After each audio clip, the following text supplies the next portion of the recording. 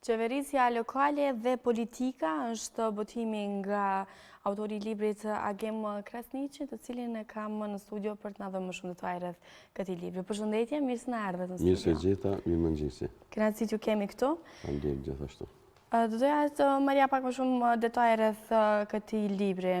Do të thonë pikërisht për titullit, po kuptohet që jeni marrë me komunat. Pse pikërisht këtë temë keni zgjedhur?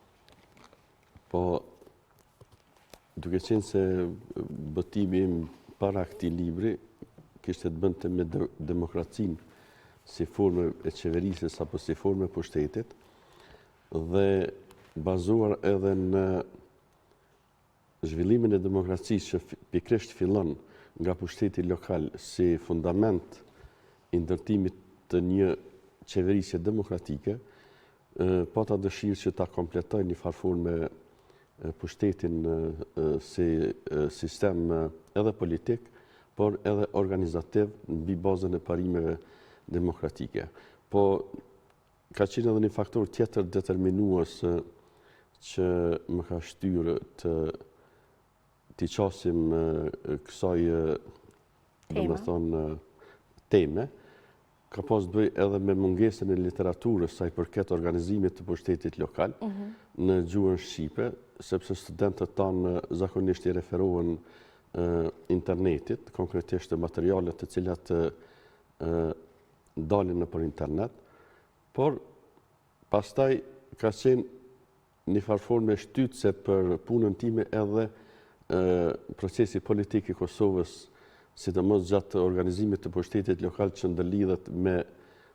marrëveshjen mes dy shteteve, Kosovës dhe Serbisë, pikërisht ku ka të bëjë me përpjekjet e minoritetit serb për një lloj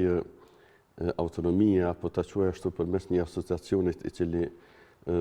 determinon edhe proceset e ardhshme sa i përket organizimit të pushtetit lokal në Kosovë, kështu që këto kanë qenë ato pikat referuese të mia të cilat më kanë shtyrë ta botoj këtë libër. Sa ka qenë sfidues me u marrë me gjithë sistemet, punojnë të gjitha komunat me një sistem apo secila ka mënyrën e vet dhe është dashur të merresh me gjithë secilën veç e veç? Po ky libër ka të bëjë me organizimin e pushtetit lokal konkretisht në shtetet me demokraci, siç janë shtetet perëndimore, duke përfshi edhe Kosovën si pretenduese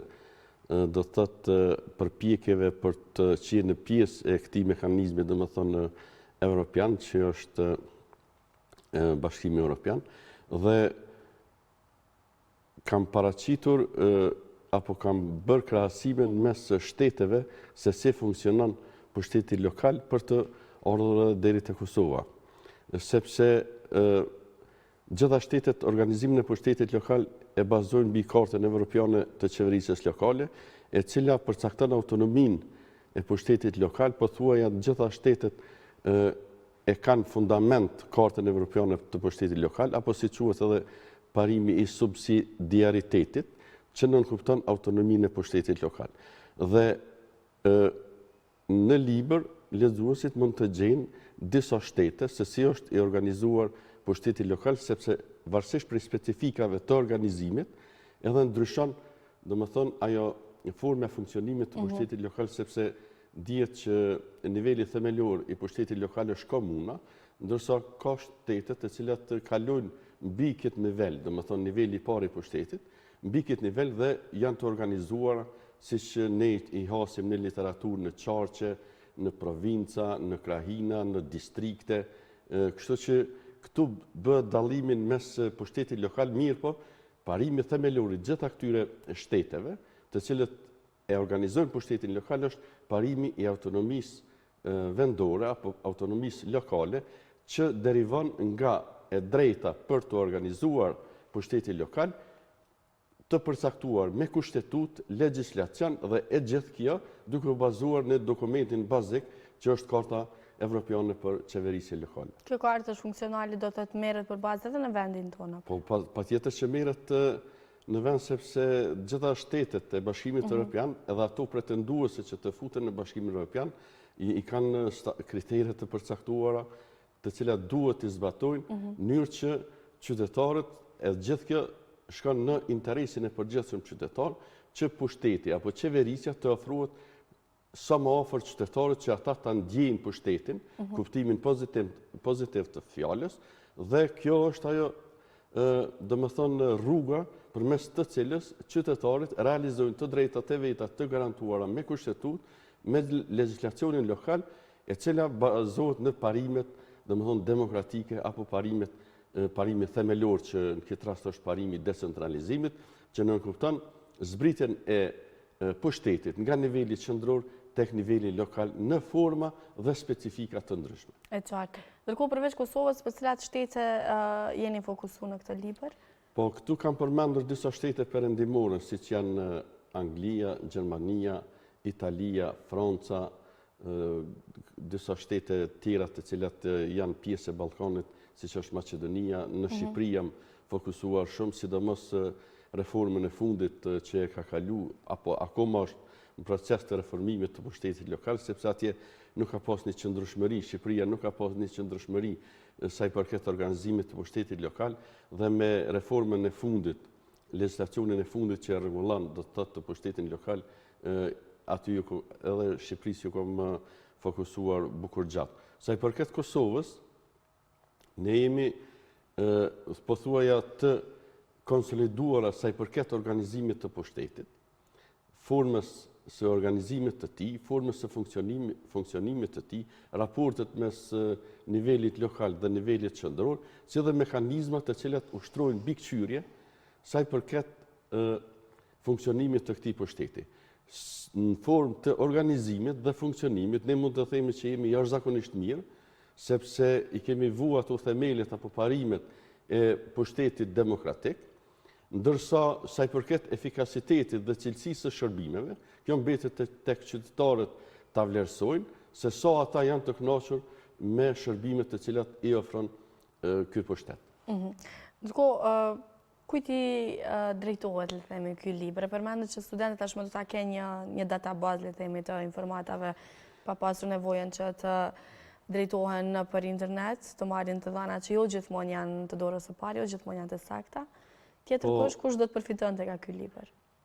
Përveç studentëve që ju e përmendet, shkencave politike dhe administrative, të gjithë ata të cilët janë të interesuar ta njohin, domethënë funksionimin e këtij pushteti, sepse nga përvoja dhe praktikat qytetarët akoma nuk kanë apo nuk i posedojnë ato informacionet të sakta se cilat janë të drejtat e tyre në funksion të realizimit të shërbimeve të cilat i bartin komunat apo ky pushtet, do të ishte mirë që t'i referohen këtij libri, sepse jep gjitha detalet se si realizohen të drejtat e qytetarëve në raport me shërbimet publike, të cilat shkojnë drejt interesit të përgjithshëm të një komune. Nga praktika them se mungojnë informacionet apo mungon dija e qytetarëve në funksion të realizimit të drejtave të tyre, sepse shpesh hezitojnë duke mos ditur se cilat janë procedurat të cilat duhet të ndjekin, do të thotë për të realizuar ato të drejta, besin domethënë keq sa i përket të marrjes së shërbimeve nga pushteti lokal, po qoftë edhe në nivelin qendror nganjëherë, dhe kjo do të ishte një udhërrëfyes i mirë për qytetarët ta kuptojnë, sepse në bazë të njohurive të cilat ata i mund t'i posedojnë, atëherë edhe kërkesa për përgjegjësi të pushtetit lokal nuk do duhej t'i referoj vetëm atë 4 vjetorin, domethënë e zgjedhjeve të cilat organizohen dhe aty pastaj bëhet i gjithaj ta quaj ashtu ajo lloj. Pra nuk mjafton një ditë në 4 vjet, le të themi. Nuk mjafton një ditë, sepse qytetarët duhet jenë të vetëdijshëm, sepse legjislacioni i Kosovës e rregullon jashtëzakonisht mirë formën e involvimit të qytetarëve nëpër proceset të qeverisjes së pushtetit lokal, duke u përfshi edhe në proceset e vendimmarrjes sa i përket interesit të përgjithshëm të një territori të caktuar, në këtë rast që është komuna. E pse jo edhe zyrtarët komunale dhe kryetarët e komunave, nëse mund të përfitojnë, le të kenë disa njohuri shtesë, le të themi, për atë se çfarë janë të obliguar ka qytetarëve. Shumë e saktë është kjo. Mirë po, se mas asaj çka unë kam mundur ta vrej edhe si qytetar, por njëkohësisht edhe si studiusi kësaj fushë, politika e deformon pushtetin, sidomos pushtetin lokal, sepse kryesisht i gjithë establishmenti udhëheqës brenda një komune i referohet referimeve partijake, do të thotë referimeve politike, duke mos instaluar një administratë efikase apo në nivel ekspertësh, të cilët ata do duhet të ishin determinues i rrugtimit të përbashkët me qytetarët për të realizuar të gjitha synimet, politikat e që do të shkonin në interesin e përgjithshëm qytetar, në një shërbim sa më cilësor, në një jetë sa më cilësore, sepse bazuar në legjislacionin që po e përmendi, mundësit janë të jashtëzakonshme. Mundësit e qytetarëve për të thithur të gjitha mundësit për një jetë sa më të qetë sa i përket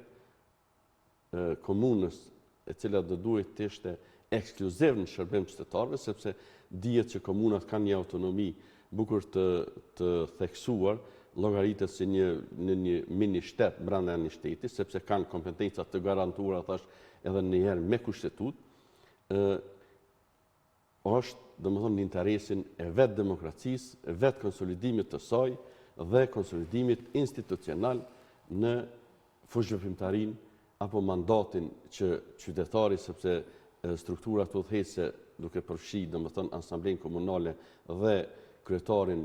që llogaritet si ekzekutivi i komunës zgjedhen drejt për drejt nga qytetarët dhe kjo do të ishte një përcaktues i mirë se qytetarët jenë të vetëdijshëm se kë po e zgjedhin, kë po e votojnë apo mbrohen interesat e tyre, a janë pushtetet vetëm sa për të mbrojtur interesat e partive apo interesat politike apo interesat personale të atyre të cilët me një lloj autorizimi marrin, domethënë, pushtetin dorë dhe kjo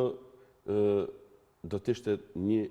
përparësi për ta që përmes këtij libri Ti kënë këto informacione. I kanë gjitha informatat, të gjitha autorizimet, të gjitha të bazuara mirë. Të bazuara në legjislacion dhe në parimet e funksionimit të demokracisë, sepse ne mëtojmë që ta kemi një shtet demokratik dhe kjo realizohet vetëm përmes një qeverisje të mirë. Ky libri është në shitje apo jo mund ta gjejmë nëpër librari? Jo, ky libër nuk e kam hudhur në treg. Këtë libër e ka investuar një kolegj të cilin unë ligjërej aty dhe ja kam dedikuar kryesisht studenta. Por studentat mund të bashkëpunojnë, do të thotë me kolegjin cilin e ka investuar librin dhe mund ta gjejnë në atë kolegj. Faleminderit shumë për informacionet që na i dhatë, shumë suksese me këtë projekt edhe me të tjera që do të vinë, besoj. Faleminderit shumë edhe juve. Ishte kënaqësi. Të nderuar shikues, do të vazhdojmë tani me një tjetër material. Urimet për festat e fundvitit përmes kartolinave janë edhe më të bukura kur duke e bler një të tillë ndihmojmë një komunitet. Të rinjt me Down syndrom bashkë me vullnetarët e angazhuar në shoqat punojnë 10 lloje të tyre. Me blerjen e kartolinave dhe produkteve të tjera kontribuonin në qëndrueshmërinë dhe shërbimet e shoqatës.